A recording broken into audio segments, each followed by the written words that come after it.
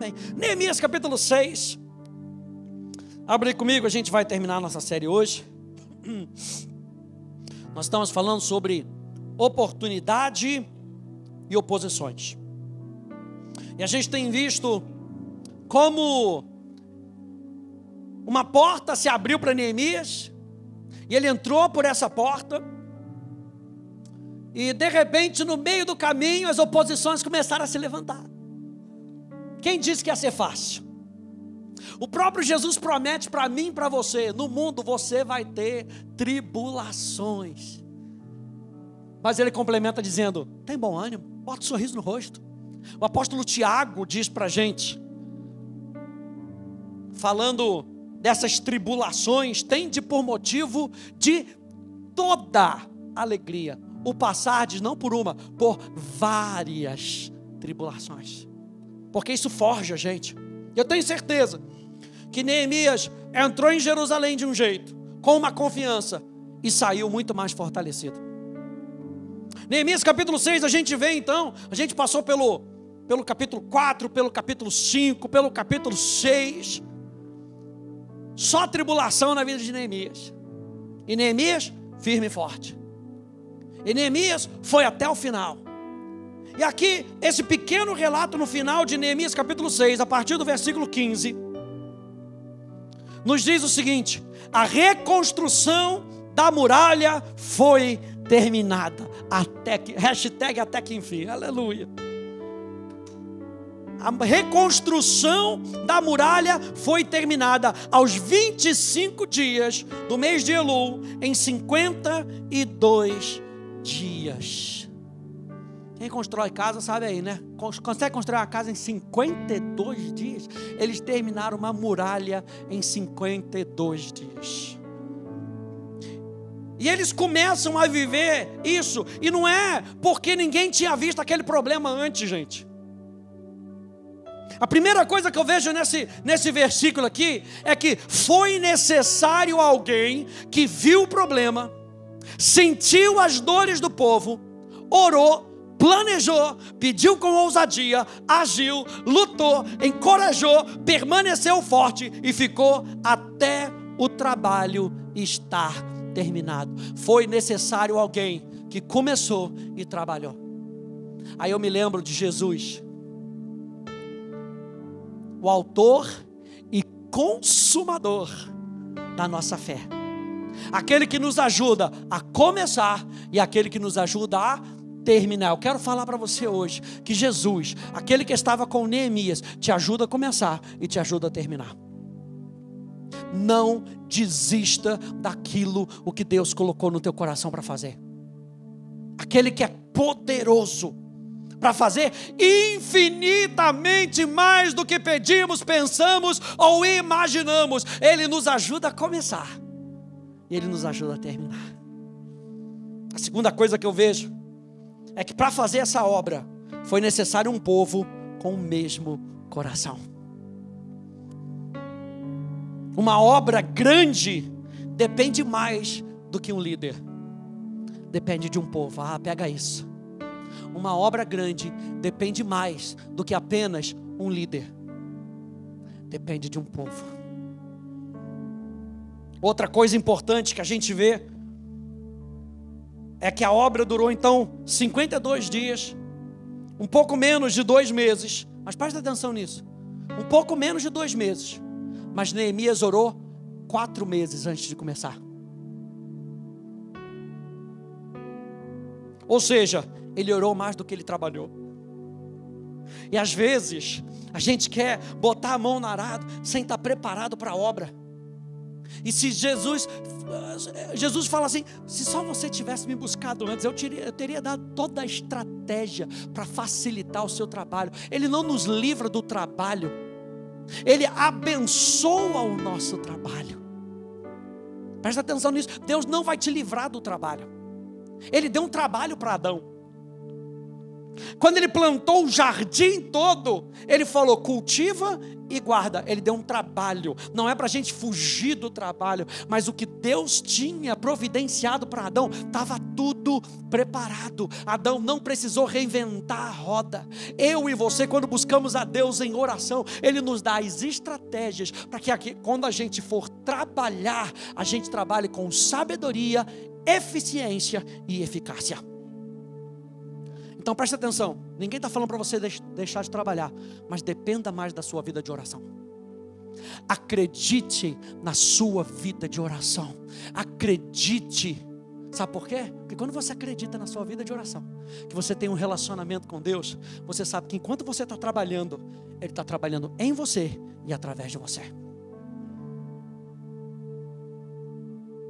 Verso 16. Terminou. Verso 16, quando todos os nossos inimigos ouviram isso. Ouviram o quê? Eles terminaram.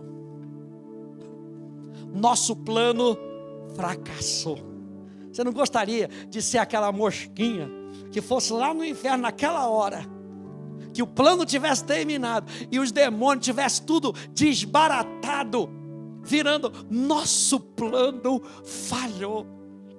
Capitão, o que a gente faz agora? Falhou tudo que a gente tentou. Quando todos os nossos inimigos ouviram isso, todos os gentios à nossa volta temeram e decaíram muito no seu próprio conceito, porque reconheceram que foi por intervenção do nosso Deus que fizemos essa obra. Os inimigos ouviram, os gentios, aqueles que não tinham aliança, que estavam se achando. A Bíblia fala que eles decaíram muito no seu próprio conceito. Sabe por quê? Porque Deus foi exaltado. E o reconhecimento aqui é que eles só conseguiram fazer porque Deus estava com ele. Alguém pode declarar isso comigo nessa noite? Eu só consigo fazer se Deus estiver comigo. Você lembra de Moisés? Deus vira para Moisés e fala: eu vou te enviar. Ele fala: Senhor, não me envie se a tua presença não for conosco. Sabe por quê? Porque a obra é grande demais. Você está achando, você está olhando para a sua família, e você está olhando para a sua família, e minha família está desconstruída, e minha família ainda não foi salva. É muito para mim, mas você tem Jesus do seu lado. Dependa dele. E saiba que o milagre é Ele quem pode fazer, para que no final você reconheça e todo mundo reconheça que foi feito por intervenção de Deus. O milagre tem que ser uma realidade para nós, e logo será evidente para os outros. Vou falar de novo. O milagre tem que ser uma realidade para nós. Se você não crer no milagre, ele não acontece através de você. Então nós somos um povo, eu tenho declarado isso, nós somos um povo que crê em milagre. Nós somos um povo que crê no sobrenatural de Deus. Nós somos um povo que crê que Atos continua. O livro de Atos continua. Um Deus que cura, um Deus que salva, um Deus que liberta, um Deus que continua batizando com o Espírito Santo, um Deus que continua fazendo testemunhas, um Deus que continua escolhendo e dando dons. Nós continuamos a crer no milagre. Tudo começa quando você começa a crer. E o milagre tem que ser uma realidade para nós. E logo será evidente para as outras pessoas. Eu tenho 3 observações para a gente fazer sobre esse texto. Verso 17.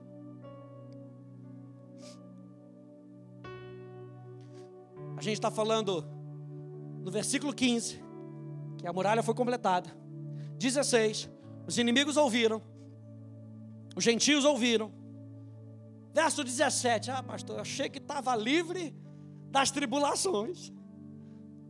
Também naqueles dias, alguns nobres de Judá escreveram muitas cartas a Tobias, e cartas de Tobias vinham para eles. Você lembra que a gente já falou, capítulo 4, sobre os inimigos de Neemias? Sambalate, Tobias, Gesem. Tinha gente ainda dentro do povo de Deus, os nobres, se comunicando com o inimigo. Sabe o que eu me lembrei quando eu estava lendo isso? Satanás conversando com Eva. Satanás chegando e iludindo Eva. Aqui diz que alguns nobres de Judá escreveram muitas cartas a Tobias. E cartas de Tobias vinham para eles. Tinha gente que ainda achava que Neemias era o culpado de tudo. Ah, coitado de Tobias. Ah, não.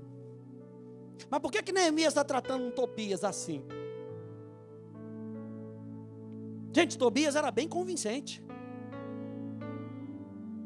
E foi muito provavelmente por conta do que Neemias falou. Em Neemias, capítulo 4, no verso 4, aqui na tela. Diz: Neemias orou. Se lembra que Sanbalate se levanta, Tobias se levanta, começa a ameaçar. Tobias chega para Neemias e fala: essa muralhazinha aí, uma raposa vai derrubar ela rapidinho. Aí sabe o que Neemias faz? Lembra que a gente falou de discernimento? Neemias se levanta no poder do Espírito Santo e declara: ouve-nos, ó Deus, estamos sendo ridicularizados.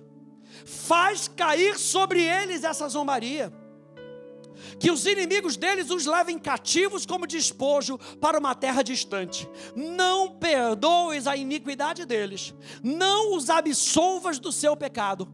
Eles estão insultando os que se dedicam à reconstrução. Verso 18.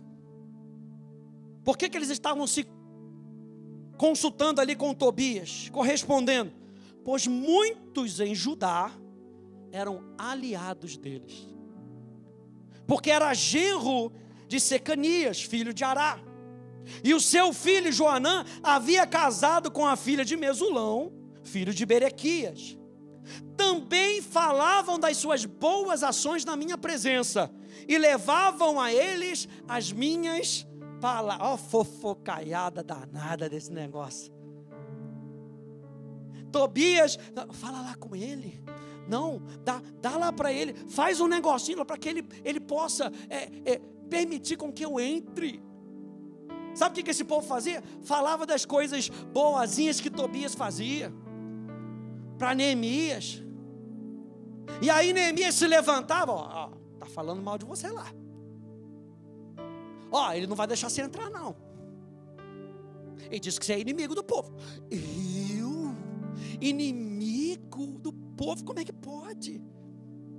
Só que olha só a continuação desse verso, diz assim: enquanto eles se comunicavam com o povo, com esses nobres, e os nobres se comunicavam com eles, Tobias escrevia cartas para me amedrontar.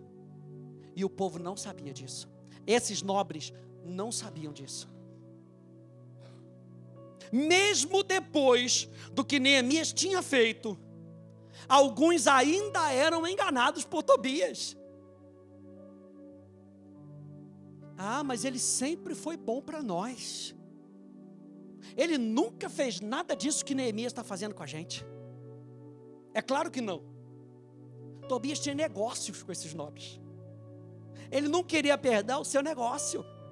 Era genro de um, tinha negócio com o outro. Você acha que ele ia perder o negócio dele? Não ia.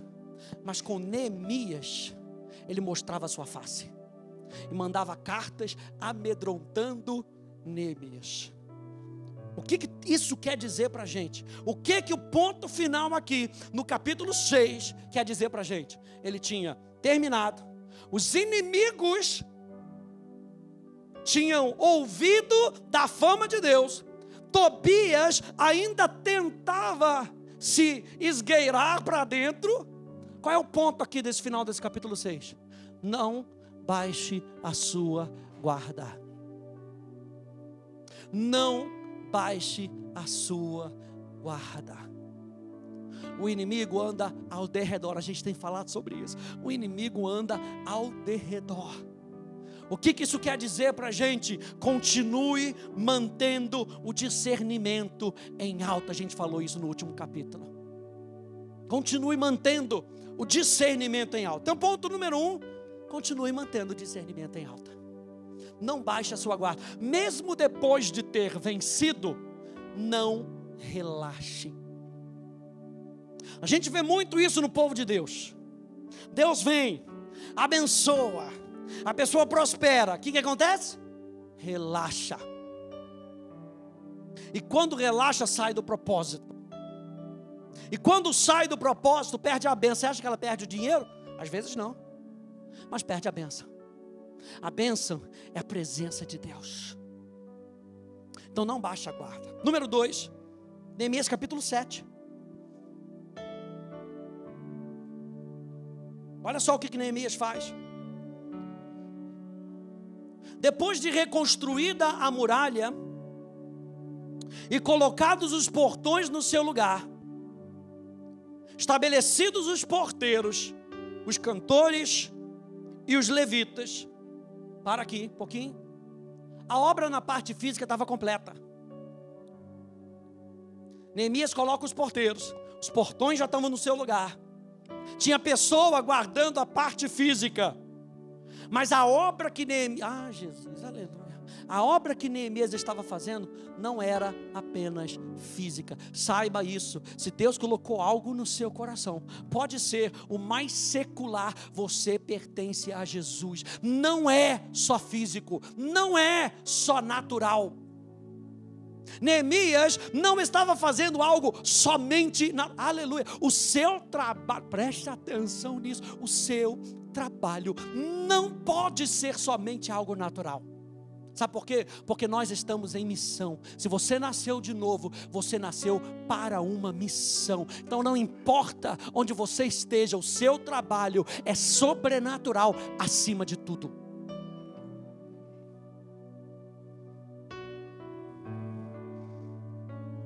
O que Deus faz em nós e através de nós não é apenas no mundo natural, mas uma oportunidade para que outros interajam com o céu.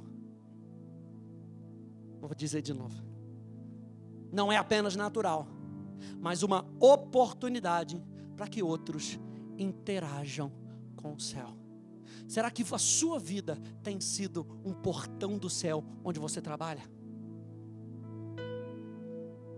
Ou será que a sua vida, vou falar, hein? Aleluia. Ou será que a sua vida tem sido uma porta do inferno? E as pessoas têm que ficar fazendo resistência à porta do inferno. Que a nossa vida seja um portão do céu, para que as pessoas acessem Deus através de nós. Quantos aqui tem o Espírito Santo? O Espírito Santo habita dentro de você. Se Ele habita dentro de você, você pode ser um portão do céu onde quer que você esteja. Você pode ser esse liberador do ambiente de paz. Você pode ser uma pessoa que coopera com o milagre aonde quer que você esteja. Que as pessoas, aleluia, que as pessoas venham contratar o seu serviço, mas encontrem Jesus. Meu Deus. Você acha que Neemias estava só construindo muralhas? Ele bota porteiros e ele continua. Ele bota cantores e levitas. Ele estabelece a adoração. E mais à frente, capítulo 7, verso 70 até o verso 73, ele recebe contribuições para o templo.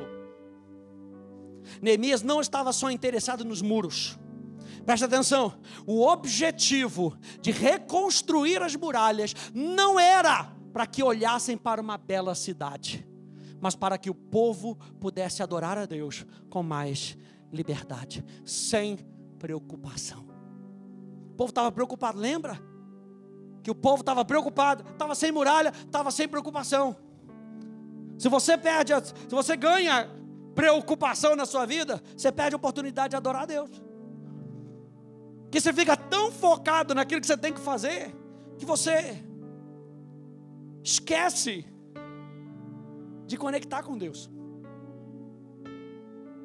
Eles reconstroem a muralha, não era para que eles vissem uma cidade linda, mas para que eles pudessem adorar a Deus com liberdade. Cada vitória na nossa vida deveria nos levar mais profundamente a uma vida de louvor. Cada vitória na nossa vida deveria nos levar mais profundamente a uma vida de louvor. As suas vitórias, as suas conquistas têm apontado para Jesus ou têm apontado para o seu braço forte? E Neemias está lembrando aqui para a gente: tudo que nós fizemos por causa dele. Depois de fazermos por causa dele, nós continuamos a louvar o nome dele. Eu coloquei cantores. E os cantores naquela época, sabe o que eles faziam? Você acha que eles faziam um grande show? Eles eram como profetas. E eles anunciavam a palavra. Eu me lembro de 2 Crônicas, capítulo 20. Aqueles reis vêm contra Josafá. E Josafá teve medo. Mas o Espírito Santo falou para Josafá: Josafá, essa batalha não é sua não. Essa batalha é minha. Tudo que você precisa fazer é colocar os cantores e os levitas na frente. Você acha que eles iam somente cantando música? Não, Deus deu até o que eles cantassem. O Senhor é bom e a sua misericórdia dura para sempre.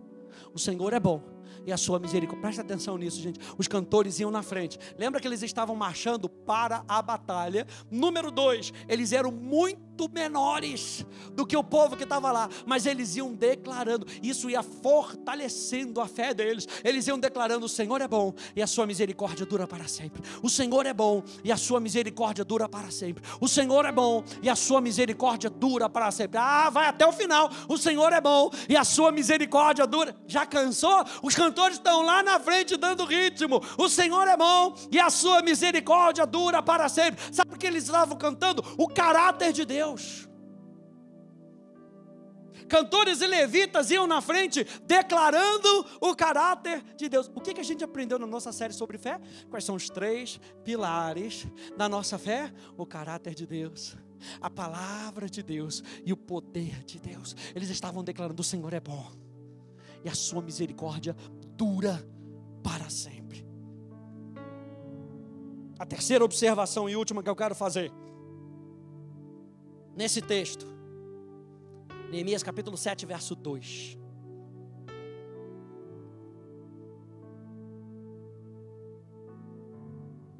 Então coloca os cantores, os levitas, os porteiros.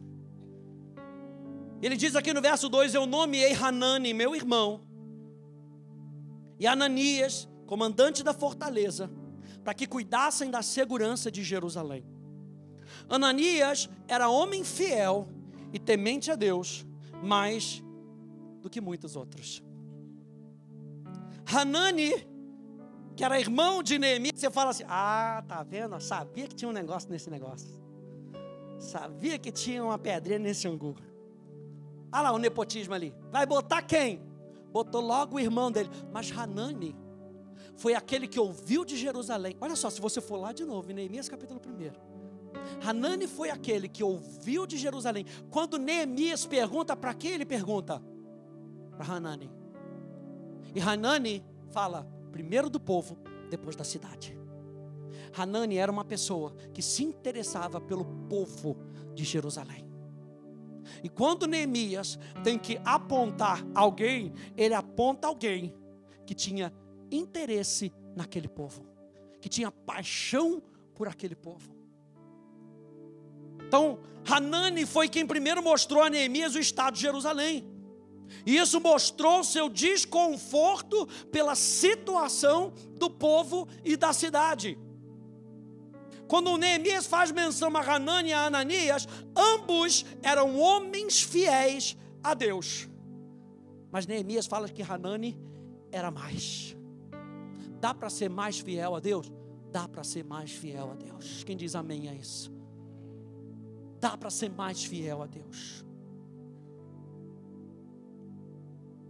Então, número 1, Neemias se cercava de pessoas que genuinamente temiam a Deus. Se você vê que desde o início, Neemias capítulo 1, você vê que Deus está falando de pessoas, Deus está falando de relacionamento. Neemias se cercava de pessoas que temiam a Deus. Temer a Deus é considerar o que vem de Deus em primeiro lugar. Neemias se cercava de pessoas que botavam Deus em primeiro lugar.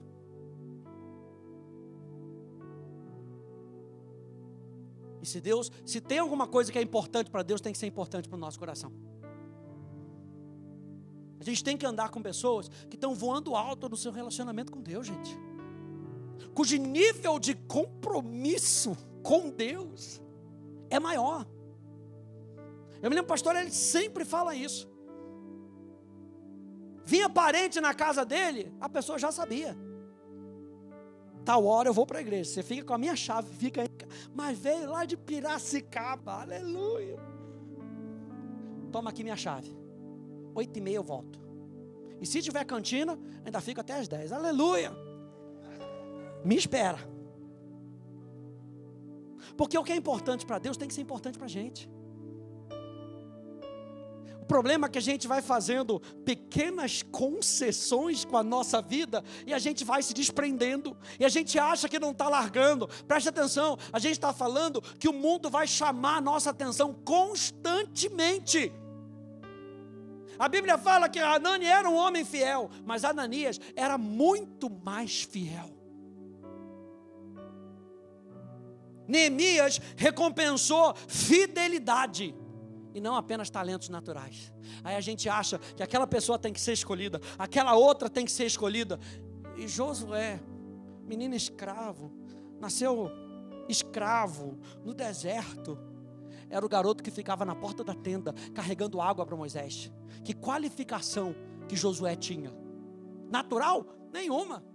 Talvez ele soubesse carregar um bom copo d'água, não deixava cair a água. Mas a Bíblia fala que Josué ficava à porta da tenda quando Moisés estava dentro. E quando Moisés saía, Josué permanecia na porta da tenda, esperando o quê? Moisés voltar. O que Deus recompensa? Deus recompensa talento? Deus recompensa fidelidade. Você pode dizer isso comigo? Deus recompensa fidelidade. Talento Deus te deu, gente, e você pode multiplicar. Fidelidade vem do seu relacionamento com Deus, vem do seu temor, vem daquilo que você ama, vem daquilo que você valoriza. A fidelidade em manter o mesmo coração de Neemias, que era o amor pelo povo e pela cidade, e não o amor pelo cargo, fez com que esses homens estivessem aptos a cuidar da segurança da cidade. E veja que é algo muito especial. Eles tinham que cuidar da segurança da cidade e não podiam ter um amor pelo cargo, porque senão eles podiam ser comprados. Tobias podia entrar, toma aqui um dinheirinho, deixa eu entrar aqui e fazer uma bagunça, mas porque eles tinham amor pelo povo. Assim como Neemias tinha um amor pelo povo, eles tinham que estar em posição de autoridade. Meu Deus. Pessoas que verdadeiramente temem a Deus, têm os interesses de Deus no seu coração em primeiro lugar. E eu quero falar sobre algumas características daquele que teme a Deus. 3 características daquele que teme a Deus. Número 1, temer a Deus anda junto com humildade. Provérbios capítulo 22, no verso 4, diz: a recompensa da humildade e do temor do Senhor são a riqueza, a honra e a vida. E essa tríade de riqueza, honra e vida em hebraico fala de uma vida abundante, uma vida plena. Se aquele povo queria falar, eu tenho uma vida plena, como é que eles simbolizavam? Eu tenho riqueza, honra e vida.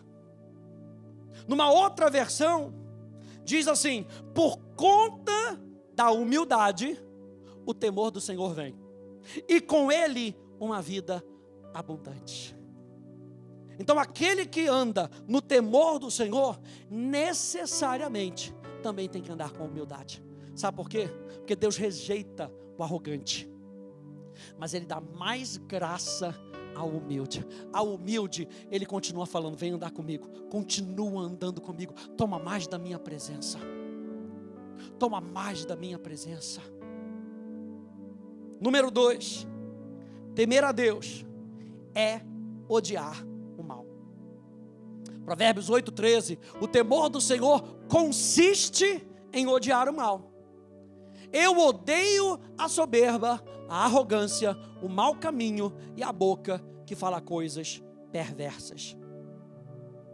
Que foi justamente o que Neemias fez contra Sambalate, Tobias e Gesem e Semaías, e os judeus que exploraram o seu próprio povo. Ele falou: vocês não estão temendo a Deus, porque vocês não estão odiando o mal.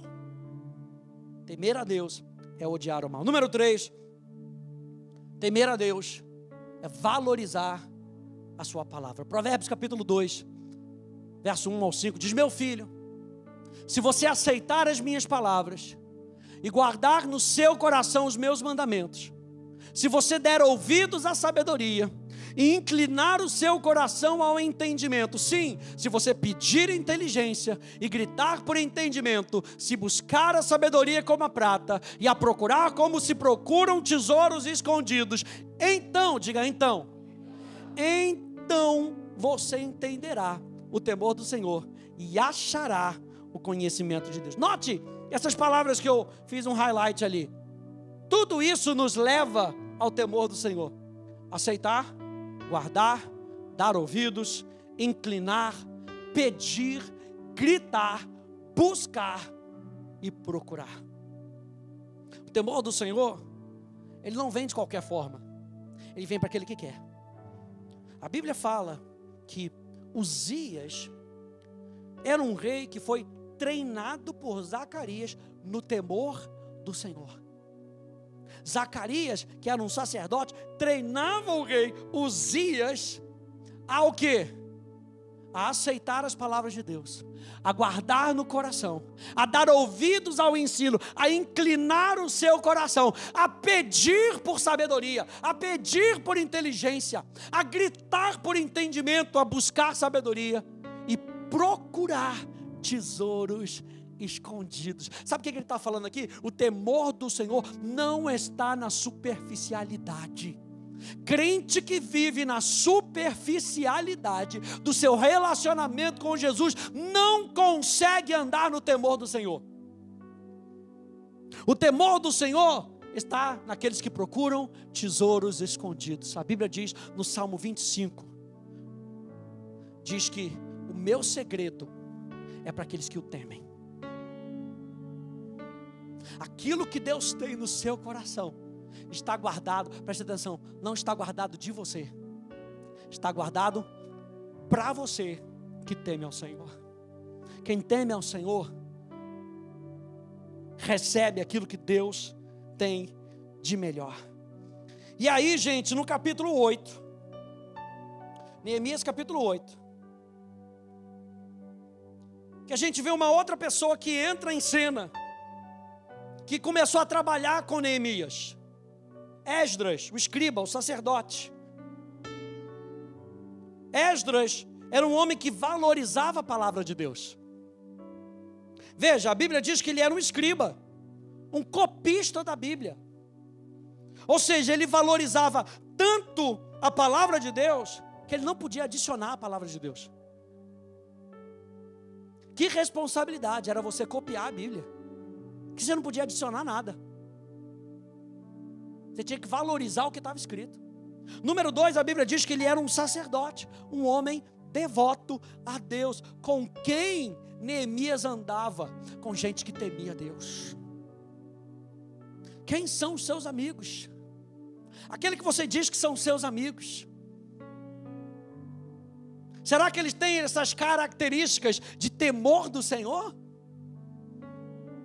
Será que é uma pessoa humilde? Será que é uma pessoa que odeia o mal? Será que é uma pessoa que verdadeiramente valoriza a palavra? Neemias capítulo 8, vamos ler? Neemias capítulo 8. Leitura longa, do verso 1 até o verso 12. Diz: quando chegou o 7º mês, e os filhos de Israel já estavam morando nas suas cidades, todo o povo se reuniu, como um só homem, na praça, diante do portão das águas, e pediram a Esdras, o escriba, que trouxesse o livro da lei de Moisés, que o Senhor havia ordenado a Israel. Esdras, o sacerdote, a mesma pessoa, trouxe a lei diante da congregação, composta por homens, mulheres, e todos os que eram capazes de entender o que ouviam. Era o primeiro dia do 7º mês. Esdras leu o livro em voz alta, diante da praça, que fica em frente do portão das águas, desde o amanhecer até o meio-dia, na presença dos homens, das mulheres e dos homens que podiam entender. E todo o povo tinha os ouvidos atentos ao livro da lei. Esdras, o escriba, estava num púlpito de madeira, que fizeram para aquele fim. Estavam em pé ao lado dele, à sua direita, Matitias, Sema, Ananias, Urias, Ilquias e Maacéias. E à sua esquerda estavam Pedaías, Misael, Malquias, Rassum, Rasbadana, Zacarias e Mesulão. Esdras abriu o livro à vista de todo o povo, porque se encontrava no lugar mais elevado do que todo o povo. Quando abriu o livro, todo o povo se pôs em pé. Esdras louvou ao Senhor, o grande Deus, e todo o povo, levantando as mãos, respondeu: amém, amém. Inclinaram-se e adoraram o Senhor com o rosto em terra. E Jesua, Bani, Serebias, Jamim, Acube, Sabetai, Odias, Maazéias, Quelita, Azarias, só nome difícil, aleluia, Josabade, Anã, Pelaías e os levitas ensinavam a lei ao povo. E o povo permanecia no seu lugar. Ninguém nem se movia. Posso mandar? Vocês vão continuar me amando?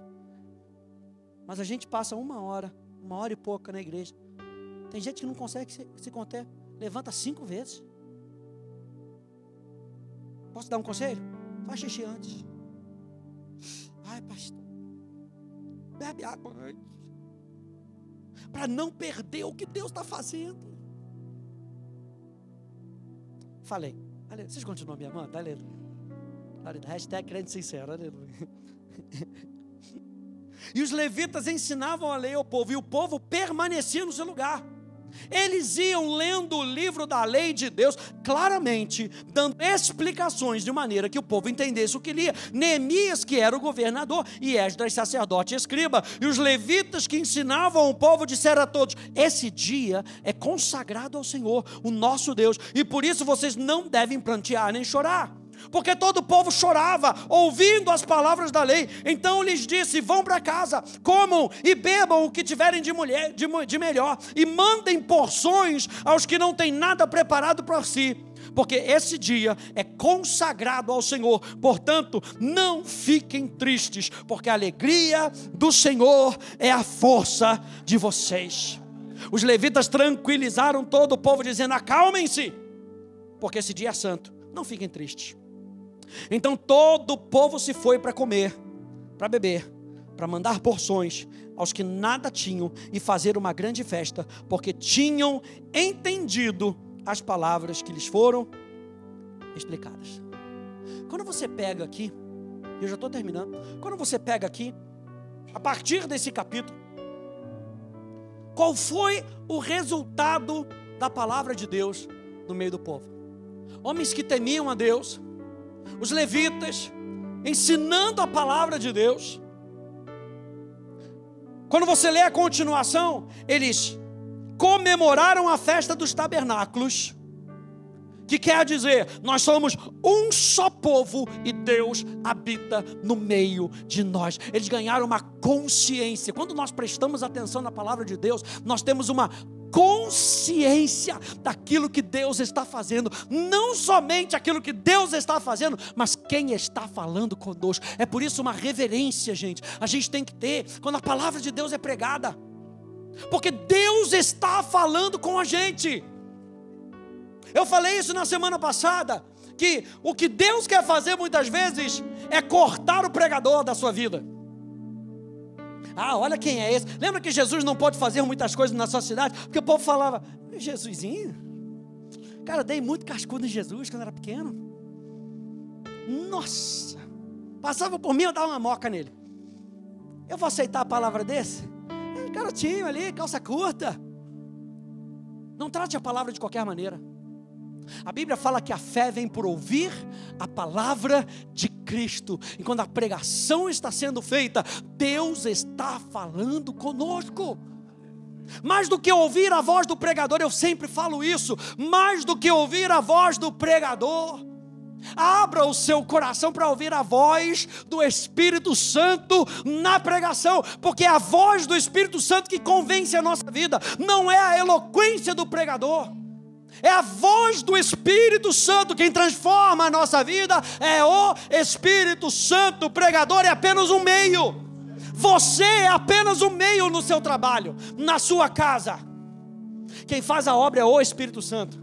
A gente tem que aprender a atrapalhar menos, e é por isso que a gente estuda, é por isso que a gente ora, é por isso que a gente se dedica, para que seja menos de nós e mais dele.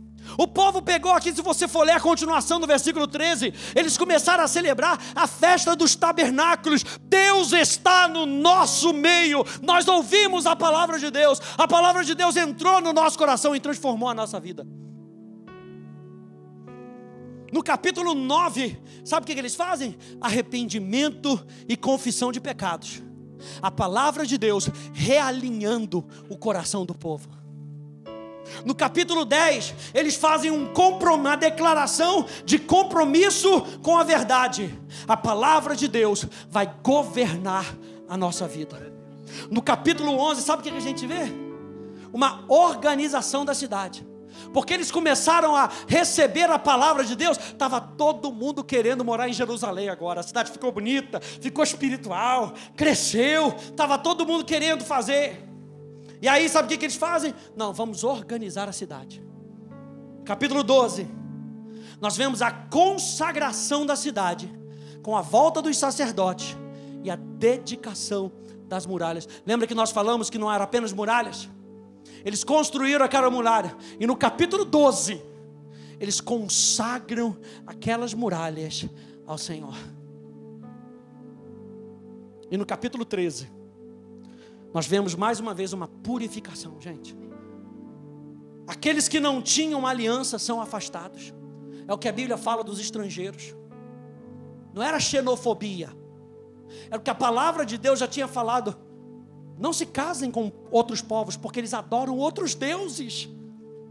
Foi o que aconteceu com Salomão.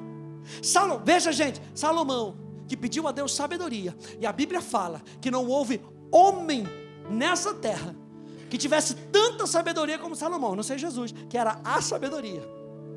Foi um homem que caiu no próprio erro. Deus tinha falado, não se juntem com nações idólatras. O que ele fez? Ele não só se juntou, ele casou. E não foi com uma, não foi com duas. O harém do cara estava vasto. Eram 70, 700 para lá, 300 para cá. Ou seja, ele caiu, foi de cabeça.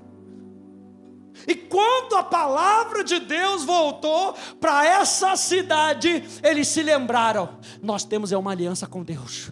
A gente está falando mais uma vez, vamos aprender a purificar a nossa vida e até os nossos relacionamentos. No capítulo 13, Tobias é expulso. Tobias conseguiu um lugar dentro do templo, gente. Neemias tem que chegar lá e enxotar Tobias. No capítulo 13, a manutenção dos levitas é restaurada. O dia do Senhor é restabelecido. E Neemias condena o casamento com povos pagãos. Houve uma purificação. Por quê? Porque a palavra de Deus chegou novamente no meio do povo. Eu vou terminar com Efésios capítulo 6. Para lembrar a gente. Quanto mais sejam fortalecidos no Senhor e na força do seu poder. Vistam-se com toda a armadura de Deus, para poderem ficar firmes contra as ciladas do diabo. Porque a nossa luta não é contra a carne, contra o sangue, mas contra os principados e as potestades, contra os dominadores deste mundo tenebroso, contra as forças espirituais do mal nas regiões celestiais. Por isso, peguem toda a armadura de Deus, para que vocês possam resistir no dia mau, e depois de terem vencido tudo. Você está notando o que está escrito ali? Não é vencido algumas e perdido outras. Depois de vocês terem vencido tudo, permanecer o quê? Inabaláveis. Eu creio que o livro de Neemias, ele termina com essa nota.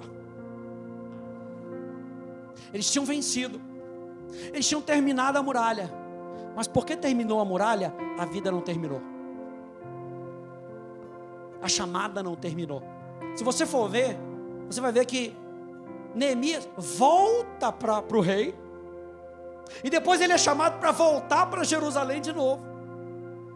A chamada não terminou. Ele está falando, depois que você vencer tudo, permaneça. Permaneça, porque Deus ainda tem coisas para fazer através de você. Quando você recebe essa palavra, fique de pé, por favor.